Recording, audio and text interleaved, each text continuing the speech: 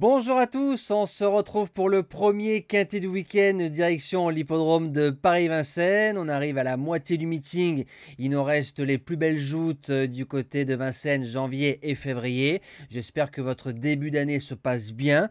Comme d'habitude, vous le savez, objectif minimum journalier, les 1000 likes par vidéo, voire plus.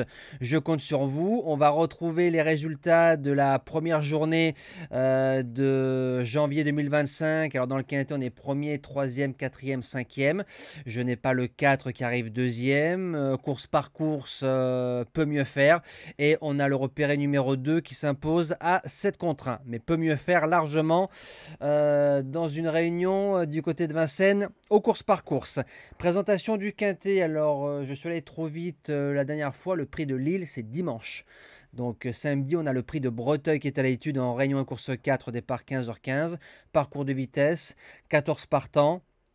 C'est un lot plus agréable à pronostiquer que celui de vendredi soir. Base gagnante, le numéro 2, Auch, qui sera déféré des antérieurs. Il a été très bon lors de sa semi-rentrée le 25 novembre derrière Hacker Lover et Honey King. Un lot supérieur. Le 7 décembre, il tenait la corde facilement. Il allait libre tête et corde. Il a fait la faute. Dans la foulée, il trouve un bel engagement. On lui laisse du confort au postérieur. Je me dis qu'il ne faudra pas démarrer fort. De toute façon, il ne peut pas. Mais venir aux 1000, 1200, 1300. Derrière, il a assez de coffres pour le faire devant mes champs. Pour les chances, le numéro 7, Hello Paname. J'avais fait l'impasse dans la course à Isofou du Chêne, qu'on touchait en base gagnante à 6,40 alors que la France Turfiste était sur Cobra Kilorgar à 1,50 € parce que j'avais vu cette course-là. Beaucoup de personnes m'ont dit d'abonner, pourquoi tu n'as pas gardé Hello Paname. Je leur ai dit rendez-vous dans quelques jours, vous allez comprendre. Engagement magnifique, il a marché moins de 12 sur le parcours, il sera déféré des 4 avec un Périverva appliqué. Hello Paname joue sa place dans le quartet. Pour les chances, le numéro 5, Hardy Crown. Alors c'est vrai, plus de références parcours de tenue, mais parcours de vitesse, il a déjà marché moins de 12. Johan qui le connaît. Pour les places, j'achète. En quatrième position, le 8, Guerrier Castellet. Court bien frais. Alors c'est vrai qu'avec Mathieu Abrivard, je l'aurais mis troisième. Là, c'est David Thomin qui le connaît moins.